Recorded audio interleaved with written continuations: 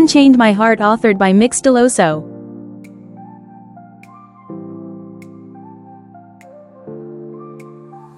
Michael Luna, billionaire, lawyer, untouchable. Sa kanyang mga kamay, ang batas ay isang larong kanya ng napagtagumpayan. 2 araw bago ang kasal. Sinira nila ang tiwala ko. At mula noon, isinumpa ko ang pagmamahal. Si Jasmine Estrada. Matapang. Makatarungan. Hindi natitinag.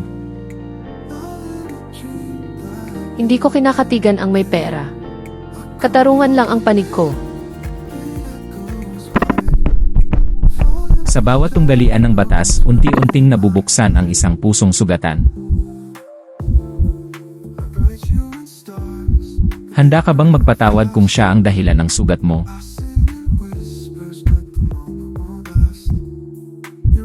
Paano kita mamahalin kung ikaw ang paalala ng lahat ng sakit ko?